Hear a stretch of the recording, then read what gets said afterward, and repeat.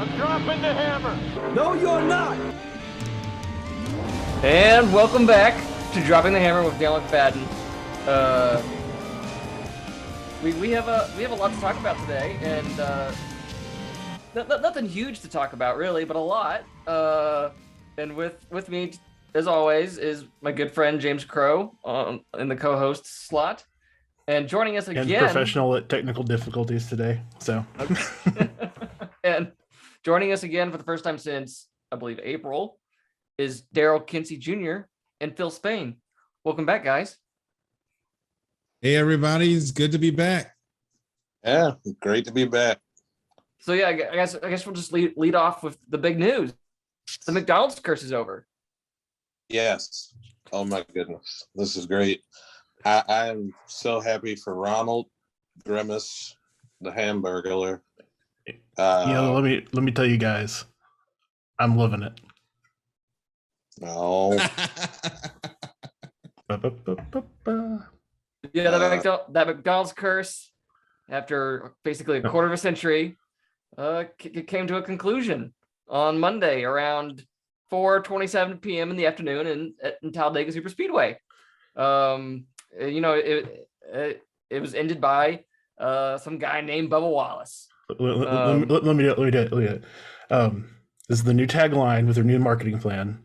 Bubba Wallace won. Yes. Thank you for just breaking that bottle open, breaking the seal, Crow. Yes. Yeah. Bubba Wallace is now a NASCAR Cup Series winner. 2311 Racing has won a race in the NASCAR Cup Series at Talladega Superspeedway. The McDonald's curse is over. That's really the important news, guys, right? I mean, come on, the McDonald's curse, come on. But no. But seriously. I was really hoping it would be Ross Chastain to do that. Yeah. Oh, well, but I think it also technically the Booty Barker curse is over because that guy had been O for a while too. Yeah. He had the Michael Waltrip thing going on. Yeah, he did. Yeah. O for like 43 or something. But yeah, Bubba Wallace is now the second black driver to win at NASCAR's top level, the first since Wendell Scott in 1963.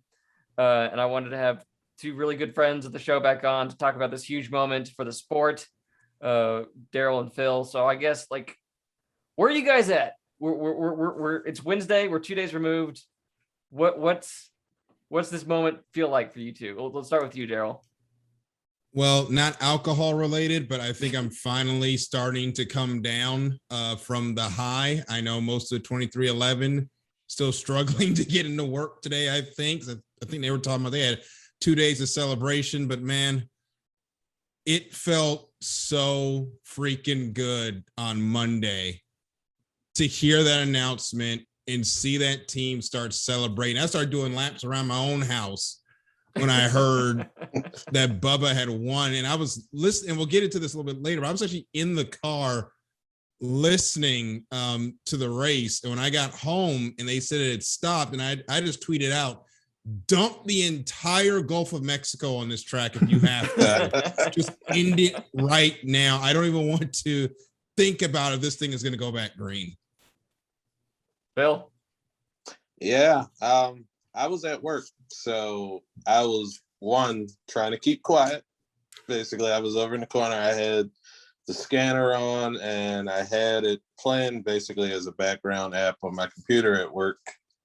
And I just know when they went to the red flag, I was like, let me turn on the official station. And then that was quiet for a good 10 to 15 minutes. And I'm sitting there, I'm pacing and, tapping my fingers, checking Twitter, see if anybody else knows anything that quick. And then when they, finally said it over the radio, I started clapping. I think I was probably about just as excited as, who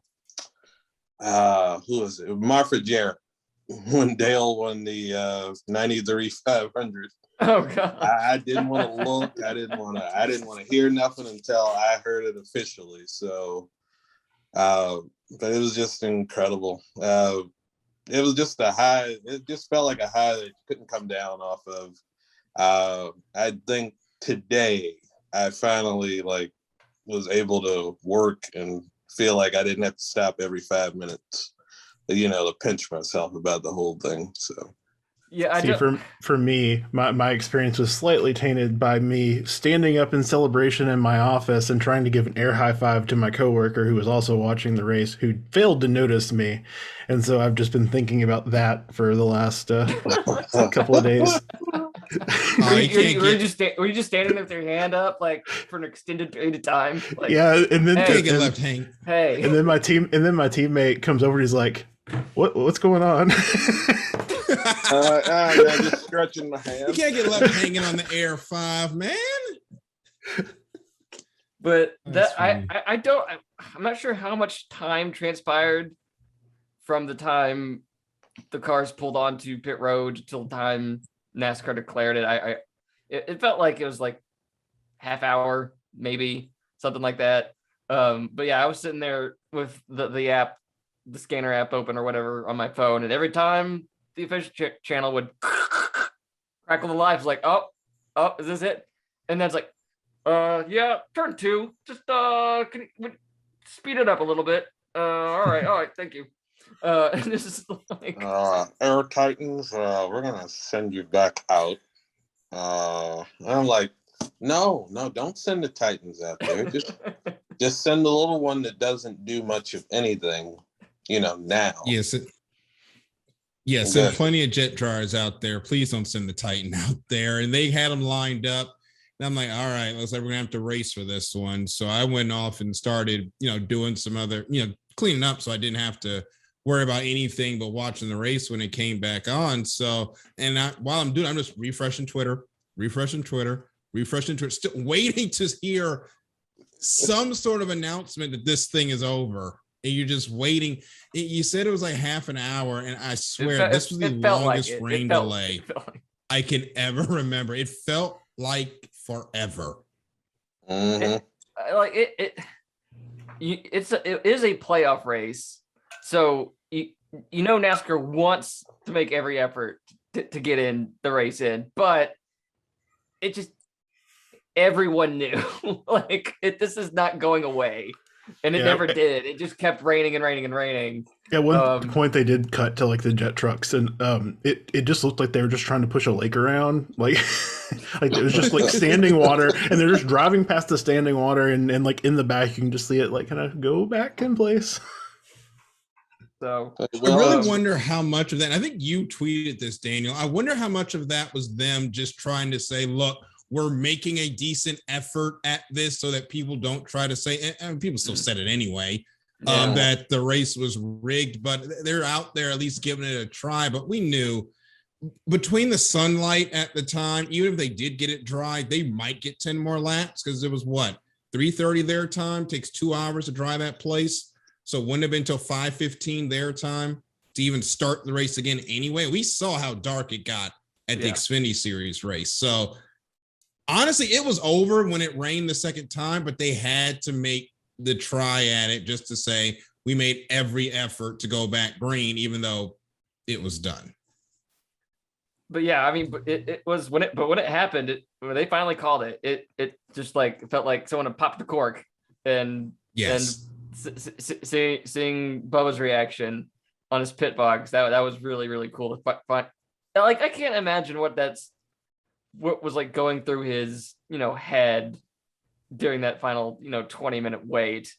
It's just had to be excruciating. But when you start seeing other drivers putting on their civvies, and I think this is it. So of course you say that, and he's sitting there with that same goofball charm of Dale Earnhardt Jr. the whole time, he's just that lovable guy, Yeah, he had that smile on, but I know it was all the emotions inside. Yeah. If we could feel it, and everybody in Bubba Nation on Twitter could feel it, I don't even want to know what he was feeling like. Yeah. because and it was funny, like you were saying about all of the other drivers starting to switch into their regular clothes. Like Chase Briscoe came up to him, and he was already in shorts and a rain jacket. I think I was like, "What did you not think?" I think you knew before most anybody else did that we weren't going back racing. So I mean, there was a point in the broadcast where it looked like there was just about a line of drivers coming to pat him on the back. they're like, "Yeah, we're not going back racing." Yeah, I'm trying to figure out how these love guys are getting undressed so fast. Like, do they get Thank out you. the car and just jump into their civvies? Like, they just rip the fire suits off like the tearaway warm-up clothes in the NBA. There's Briscoe already in civvies ready to go home. Yeah. So like the final 15 laps, or how many laps were under green before it started raining, were very entertaining. They were racing like they were racing towards the checkered flag. I think with that rain coming, I wish there was some sort of pill you could just give each race like it's about to rain all race long. 'Cause that's what we got. And I believe on that final restart, Bubba restarted like 15th, somewhere in there. I was thinking I read 20th, but yeah, He was outside the top 10. Somewhere around that, I think, because he was in that 15 to 20 range. They were just hanging out trying to save fuel. I believe Sarah had on Twitter, good friends of Phil's, and I interact with her as well. She basically gave a complete breakdown of that whole series of events. They were trying to save fuel, and then after that caution, when they went back green, they were like, "All right, go." So he was back there in that 15 to 20 range. And because I remember, I can remember. I know they kept saying we're going to top off with 1 to go, and then 1 to go kept moving back with whatever they were going to do. But no matter what, Freddie would ask Booty, hey, do you want to, you still want to top off? He's like, yeah, we'll bring him in 1 to go. And sure enough, he would come in, and then, like I said, they let the reins go. They told him, go to the front, and do what you can. And Bubba had that third lane up high working with future teammate Kurt Busch on his bumper, giving him a friendly push towards the front, and he dives down, I think in front of Stenhouse, into that second lane, and then I don't remember how he got actually to the lead, but he gets to the lead, and then he has Brad Keselowski on his bumper. Brad Keselowski, who's tied for Dale Earnhardt Jr. for second most Talladega wins in the Cup Series. So that's and Joey Logano, who has multiple Talladega wins. So you've got super speedway aces hounding you, coming down to 5 laps to go, and Brad makes one mighty effort to slip underneath Bubba on the inside going into, I think, turn 1, but Bubba shuts the door, and that was pretty much it. And then I think the next lap is when you have that wreck going into turn 3, and that was it. So what you guys weren't able to watch when it was happening. So what was it like for you guys to listen to that charge as he's fending off people left and right? We talked about this in April. We talked about how Bubba was good at getting to the front. It was just staying there that was a problem at super speedways. Problem solved. He was mastering those 2 rows behind him like he's been doing it for a decade. So what was it like for you guys listening to that charge? Honestly, I was just waiting for the other shoe to drop. I've heard and seen this situation before where Bubba gets up front, he leads for a little bit, gets a little too aggressive, blocking the lanes, and then he ends up getting shuffled back. But I'm listening to it, through the MRN call, who's doing a great job, by the way. He was really playing the lanes, as you said, like someone that's been doing this for 10 years. He was able to slow down the runs. He kept the Penske duo of Brad Keselowski and Joey Logano, a strong duo if there ever is one in the Cup Series at these type of races, he kept them behind him, and he kept that whole field pretty much in check that entire final run. And I was really impressed, and I was feeling, okay, coming down to the end of this race, Bubba might have a good shot at this. And at that point, I'm driving, I'm just saying, please start raining, please start raining, please start raining, please start raining. Something happened, because I just didn't want him to end up that other shoe drop. He gets shuffled out to like 15th to 20th, and then the rain comes down. I was like, oh, not again. But thankfully, it didn't happen this time. He held on to the spot, and then the wreck happens behind them, and then the rest is history. You know, what about you? Yeah. Well, for me, see, Darryl at least had the MRN call on. Okay. I was listening to the scanner. So with me listening to the scanner and having the NBC Sports app, the app is behind probably about almost, I want to say about 45 seconds to a minute from the, from the radio and everything. And just hearing Freddie Kraft on there, check up, do this, go down, block, come up, block, all of that. I'm like, oh, please just don't get them sent. And, just, I like Darryl said, I was really waiting for the other shoe to drop, because, he's had that thing where, he'll get up front, but, he'll either lose teammates or, somebody's not behind him, and, he'll lose it and get shuffled to the back. But, I think he was determined this time, especially after Daytona and, early, a few weeks ago, that he wasn't gonna give it up. Even if he wasn't a part of the playoffs, he still wasn't gonna give it up. And I and then once the waiting began, I appreciate my former colleagues at NBC Sports who, are aware of the gravity of what's about to happen. They pretty much stuck with the coverage and kept a camera on Bubba for wherever he was, all the way up until he got onto that pit box, and the waiting continued, because you need to have this documented. You need to be having that moment go out live, even though it's on a Monday afternoon and people are unfortunately at work. You need to you need to document it. And I think I saw a ratings thing where 1.1 million was where was the high rating for this race. So that's about how many people were watching when it was declared. And then NBC finally talked to Bubba on as he's walking back down pit road. NBC finally talked to him, and here's what he said. Marty. Rick, he was walking to the car because he wanted to have a moment of climbing out of his car, in essence, as a winner. Congratulations to you. But I want to know what emotions you were thinking of. Tears immediately when you found out. What emotions were going through your mind as you were waiting for an official announcement from NASCAR? Part of me is, sitting there waiting. It's not over with, just sit there, bide our time. If we go back racing, that's fine. Let's put ourselves in position.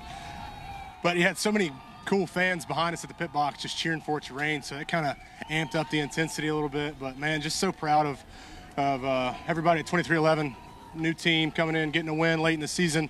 Reminds me of kind of 2013, waited so long to get that first truck win. I know a lot of history was made today, I believe, which is really cool, but it's about my guys, it's about our team, it's about what we've done. Appreciate Michael Jordan, appreciate Denny for believing in me, giving an opportunity.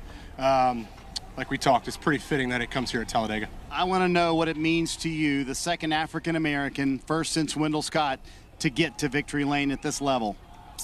Yeah, I never think about those things, and when you say it like that, it obviously brings a lot of emotion, a lot of joy to my family, fans, friends. It's pretty damn cool. So just proud to be a winner in the Cup Series. The significance of doing it here, it's almost appropriate, isn't it, Bubba? You told me last year here, a low point for you. To get the first win here, significant? Yeah, for sure. This is all those kids out there that want to have an opportunity and whatever they want to achieve and be the best at what they want to do. And you're going to go through a lot of but you always got to stick true to your path and not let the nonsense get to you, and stay strong, stay humble, stay hungry. There's been plenty of times where I wanted to give up, and you surround yourself with the right people, and it's moments like this that you appreciate. Bubba, there's a lot of people in this garage area and a lot of people around the world that are very proud of you right now. Congratulations. Thank you. Appreciate it. All right, Bubba Wallace. The emotion, his friend Ryan Blaney coming in with a water bath there, and you can hear the emotion in his voice, and you saw it in his tears as well, Rick. Well, I felt that. Oh, go ahead, Phil. No, well, you got it, Darryl. You're good. I really felt that second part when he spoke about that. This is all about, all for the kids, people that watch this sport. As an African American, Phil and I both know there haven't been a lot of people that look like me or him in this series at all, or in racing really that much. You don't get a lot of African American participation for a variety of factors, but cars going around in a circle really, really fast doesn't really have a racial component to it. So you stick on the sport, you watch it, and you really hope one day you'll see someone that looks like you. And every now and then somebody would pop up, but the funding wasn't there, or, they get with a team that's not, fly-by-wire operation. They don't do that much, and they come up and then they disappear. Bill Lester, great driver in sports cars, came to NASCAR. Perfect example, didn't really go that well, didn't really have a lot of opportunity to succeed. So you really don't expect to see us, at the front of the grid. You really think about it and you're like, man, it'd be great to see a black guy win one of these races one day. And then when Bubba came up and started winning, truck series races, had that great statistical season in Xfinity before Roush shut down. Then he goes to Cup, and I'm like, maybe it'll happen this time. But as the years go on, you kind of resign yourself to, okay, if he has a solid career, it might be okay. But today was Monday, was just a thank you, Jesus, it finally happened type moment. And just all that emotion comes out. You see him celebrating. You see everyone shaking his hand. You hear about him talking to his mom, and just basically nothing but tears between him and his mother. It was exciting. I loved it. I don't know when the next one's going to come, but this day that Monday is going to stick with me for the rest of my life. Phil? Yeah. I would say the same thing. I know when I heard him talk to NBC right after, what we just played, I know I was at my desk crying a little bit, and I will say I cried because it was the emotion of everything, and thinking about where everything happened. It was fitting that it was Talladega, everything he went through last year. And it was just, I was overcome with emotion, one, for that, two, for, like he said, and like Darryl said about the, when me and him were growing up, we didn't have a lot of guys that looked like us. And, you would go looking for them, and they, were either there or they didn't get all the opportunities. And, it took me forever to find out about guys like, Willie T. Ribbs,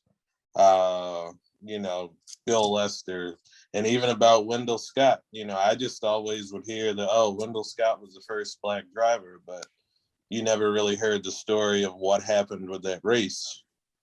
Mm-hmm. And, just the emotion of his family, thinking of Wendell's family and how sweet that had to be for them, and this being in the same year that, he was finally given that trophy that he earned. And it was just a powerful moment. And I think, maybe the weekend as a whole, like I said, it was the first time we've had three, first-time winners, yeah. Yeah, 3 first-time winners. Maybe this is another one of those. And, I'm sure some people will say something about it, but I don't care. But, maybe this is another November 92 moment, where it feels like the sport is on its way to changing, where the little guy, and I know it's a plate race, It's a plate racetrack, but maybe this is the time when the little guy, shows that they can hang with everything too. So, but just for the sheer aspect of for Bubba, it was the full gauntlet of emotion. I cried tears of joy, I cried tears of happiness. Then I got I don't know. I guess I got excited, got a little nervous, and then after I got nervous, I was like, nah, this is real. Once he passed Tech, I was like, this is real. It's in the book. God, I forgot about that. And if he had, for whatever reason, if that car had failed Tech. Oh yeah. Oh man, I don't know what I don't know what I would have done. I think I would have deleted my Twitter. Let me see, or I probably would have changed professions on Twitter. I don't know. Yeah, I said I was a. This is now a field hockey Twitter account. Yes, Yep. This is a field hockey Twitter account. Yes. I would have to go dormant because I think anything I would have said at that point would have got me There you go. put to Twitter jail for the second time. I actually got put in Twitter jail once before, but it wasn't anything bad. It was back when Twitter, it wasn't what it was now. And I actually got blocked for posting too much because I was live tweeting a race before that became a thing. And they actually put me in Twitter jail for like 20 minutes. Really? Yeah, I got the 12-hour ban one time, and that was because I jokingly said I was going to hit somebody with a chair. And next thing I know, the thing pops up on the screen. You've been blocked for posting for 12 hours. 1, you have to delete the tweet. 2, now you have to wait 12 hours. I'm like, but I deleted the tweet and I didn't even mean it. Clearly, and that was the day when I came back. I posted that GIF of Tupac walking out of the courtroom. Well, like if they thought I was being bad then, it's gonna be worse now. Clearly, whoever developed the content algorithm is not a wrestling fan. Mm-hmm. No. Okay. So, just in the immediate aftermath of Bubba Wallace winning this race, for me, personally, I would argue that this is the most significant single race win for NASCAR since Dale Jr. won the July Pepsi 400. That's just my personal view of the magnitude, the importance of this moment for the sport. Other people might come up with different suggestions, but that, for me personally, I don't think there's been any single win between those two races that's meant more for the sport at any specific moment in time in the last 20 years. Where do you guys think this moment is on the spectrum for NASCAR right now? You know what? I think it's a bit. Okay. After you. No, after you. I was gonna say that's a fair assessment. I would say, because thinking back, if you look at that 01 Daytona race, that was, NASCAR's first time back at Daytona since Dale Sr.'s passing, Dale Jr.'s first trip back there. And, people had eyes on it. And I think in a way you feel the same way about Talladega. I felt like that the first time they went back to Talladega, where, it had been almost a year since everything had happened with the, garage incident. Mm-hmm. And, I knew Bubba was going to be watched a little bit. And what I felt then was like for the wrong reason. But, then for him to go out and win it, and then, you already got people with the conspiracy theory talk. But then again, if you think about it, there was conspiracy talk after that race. So apparently NASCAR just has a weather machine that can make it rain at specifically that time, but they never broke it out at any time to help Dale Jr. or Chase Elliott or anybody else for that matter. Just today, just on Monday, they brought that out. Oh, he's got to take the checkered flag. No, he doesn't. No. Chase Elliott didn't take the checkered flag earlier this year. So yeah, at Coda, that washout there. Oh goodness. But anyway, Darryl, for you, where's this race on the spectrum for NASCAR in your opinion? I'll go one step higher. I truly believe this is the most significant win of I don't want to say modern era because it's such a radically different time now for NASCAR, but this is the most significant win of the new generation of NASCAR. Just look at everything that are just around Bubba, him becoming the face of the societal change that the sport is trying to make. Like Phil said, everything with the noose situation, which, yes, people, it was a noose. No, he did not see it. Stop saying that.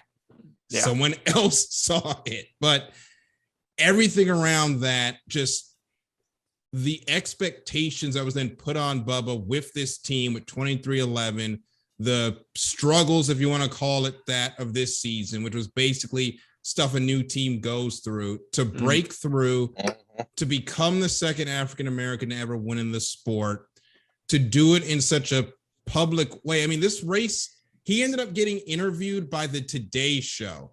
Oh, he was? I haven't seen NASCAR. Okay. I haven't seen NASCAR on Today legitimately, I think maybe since the situation with Senior. That's the only time I can really remember. Ryan Newman. Oh, yeah, Ryan Newman. When Ryan Newman almost died, because usually the only time the big media picks it up, it's when someone in our sport almost passes away. But just looking at from that day, the social media posts, CNN is talking about NASCAR, MSNBC posting about the race. You've got Sports Center as well talking about it. Yeah, all of these outside of motorsports news entities picked up and talked about this news.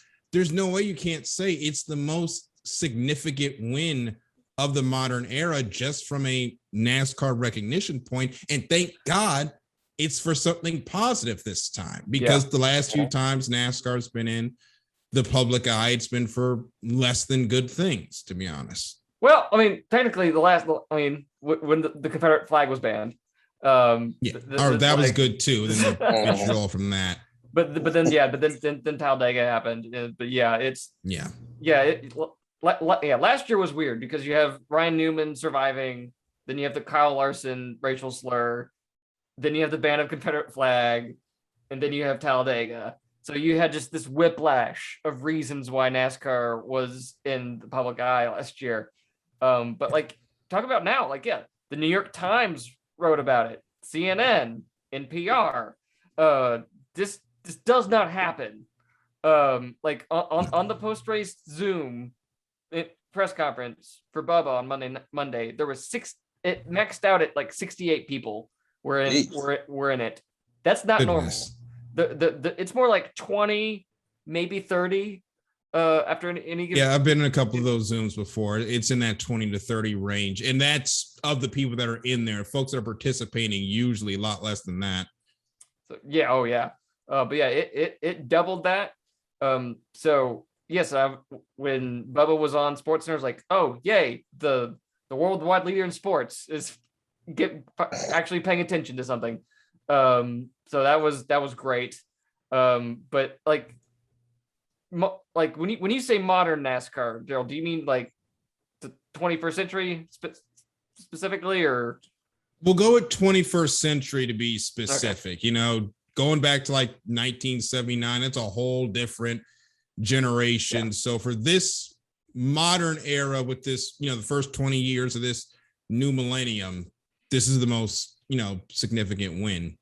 Okay. For my money, in my opinion, the potential for this win to have an impact on the growth of the sport it might not be equal, because again, it's been a very long time. But yes, I want to see like how it could compare to Jeff Gordon winning the Brickyard 400 in 1994 and how that just catapulted, broke the ceiling for NASCAR in the mid 90s. I feel like these two could be measurable. Again, we're in the immediate aftermath of it, so who knows? But I think if you're ever going to have a barometer for what someone's an early win, I mean that because the Brickyard, that was Gordon's second win after the Coke 600. But I feel like that might be the barometer for this win. But I don't know when we'll be able to really know that. But I'm excited to find out. Because I know I read this. I can't pull it up. Maybe one of you guys know. I believe this is the first team to win a race in their first year since like Hendrick in 80. Second team. Said it was Second team. I actually initially tweeted that they were the first, but Spire Motorsports was in their first year in 2019 when Justin Haley won Daytona. But yeah, it's only been done twice since 1984 with Hendrick Motorsports when Jeffrey Bodine won at Martinsville. So that alone, and they didn't. They did win because of rain, but Justin Haley's win was fluke.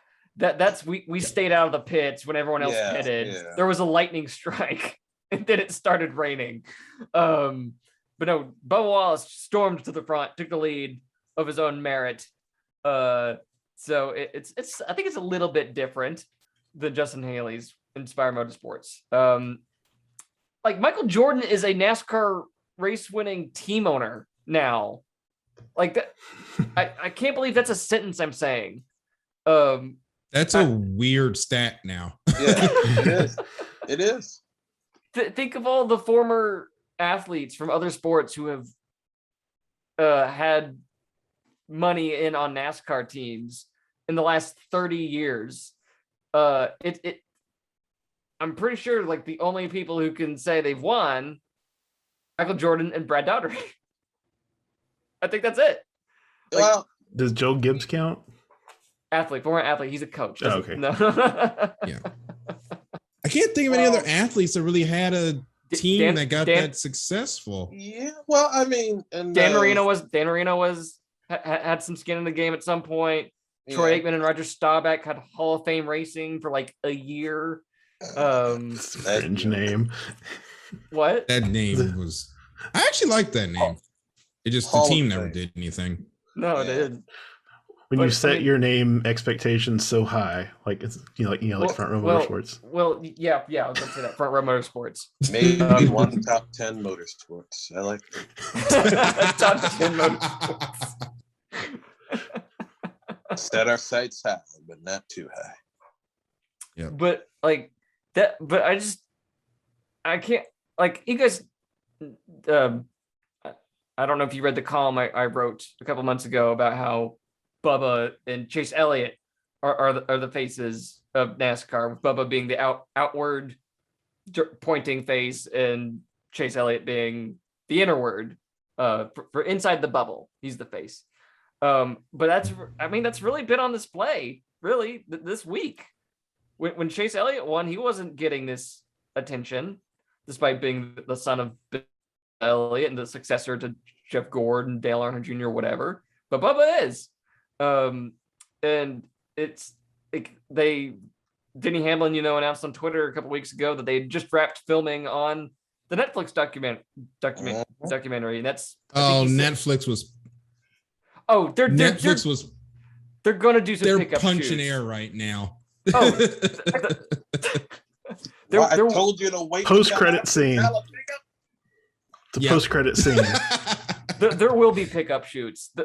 You can't roll out that documentary. They have to, right? You can't roll out that documentary series in January. I think Denny might have said. Can't remember. Yeah. Look, I'm telling you, Samuel Jackson's going to show up at the end in a post-credit scene. He's going to narrate it. Welcome us to the NASCAR multiverse.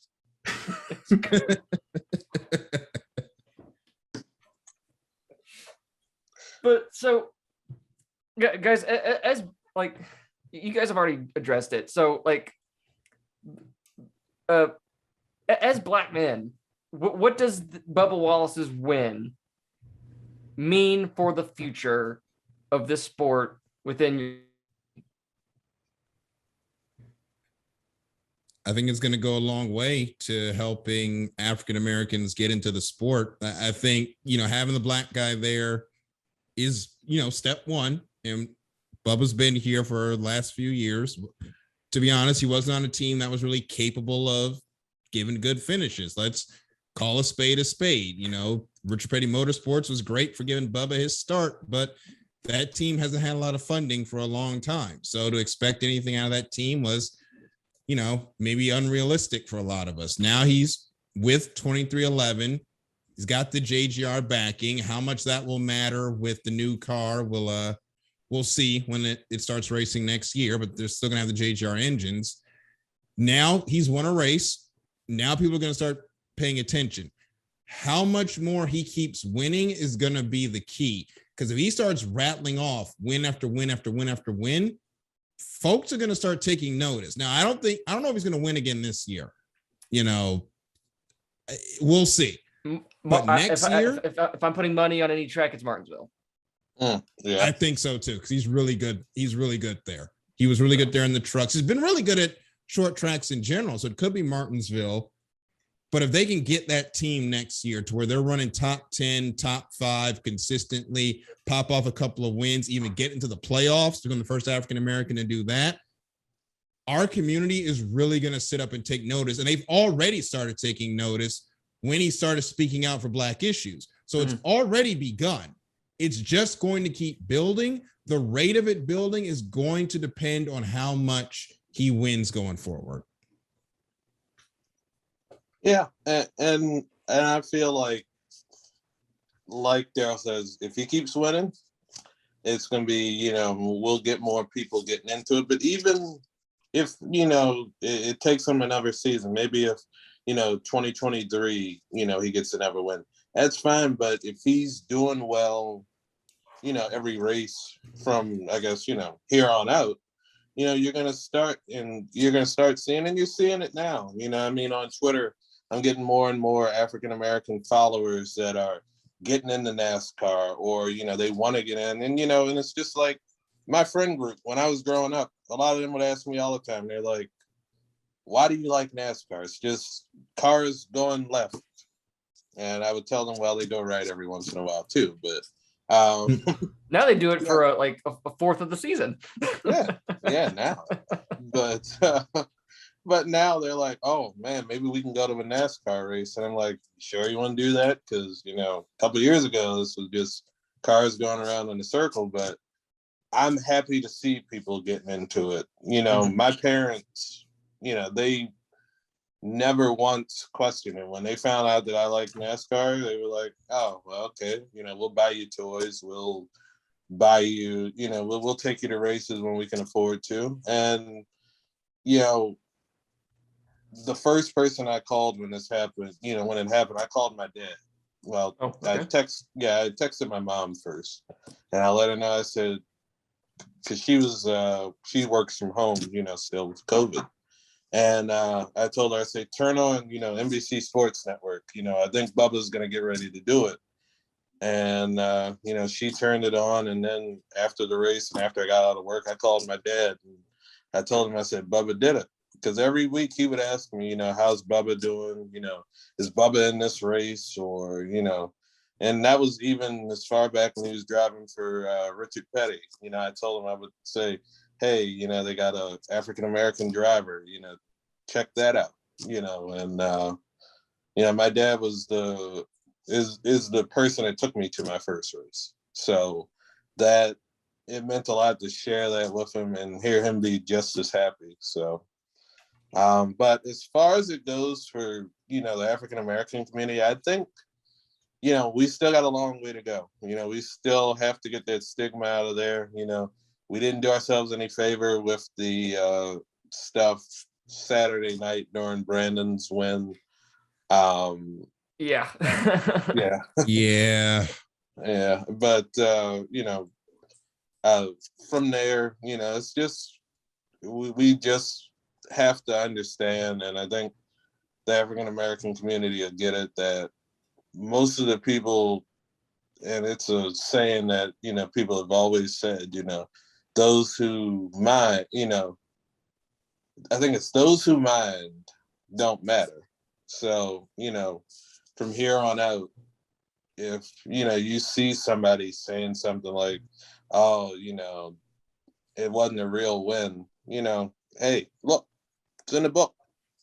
You can't take that off of it. You can't take it off the page now. So many NASCAR Hall of Famers have won races due to rain shortage. Dale Earnhardt Jr.'s final win was rain. I don't think anybody was complaining about that, except whoever finished second. Maybe fans of that guy. So Joey Logano's first win was because of rain. Was ironically. It? Oh, yeah, New Hampshire. That was a strategy play. They stayed out, and Jeff Gordon ended up second in that race. That's why I remember it. I'm still mad about it. There you go. Nobody holds grudges like NASCAR fans. I'm still mad at David Rudiman for what happened at Martinsville. Okay, so we hold grudges. What happened at Martinsville? David Rudiman. Yeah. Oh God, let's not even get into it. David, like the only time David Rudiman name gets brought up is when his first win was rain shortened at the Coca-Cola 600. Yeah, didn't that get like spread out over 2 days though? Because it that race was on Sunday. Oh my gosh, it was so much rain that weekend. Like it was supposed to go on Sunday. I don't think they even got started. It was supposed to race on Monday, got rain delayed. They eventually started running until the time for the moment of silence that Barack Obama had announced for Memorial Day. And then all of a sudden that became a thing, by the way. I'm not going to get into that. They tried to go back racing after that, and it just dumps down for like 4 more hours. And then they just said, okay, Rudiman wins. We're going home. Okay. I don't remember the circumstances around that win. So yeah, I have a bunch of grievances with NASCAR I still have to air out. They say are you about to bring out a list, Phil? Like in a parchment of paper and go whoosh. All right. Yeah. I'll go get the metal pole and we can have an early Festivus. I'm looking forward to the feats of strength, Daniel. I don't understand Seinfeld references. Youngins. Well, you knew that was a Seinfeld reference, though. So how do you? Well, I knew the first part of it was a Seinfeld reference. I didn't understand the rest of it. So anyway, this was a whole thing. It was wild. I remember that episode.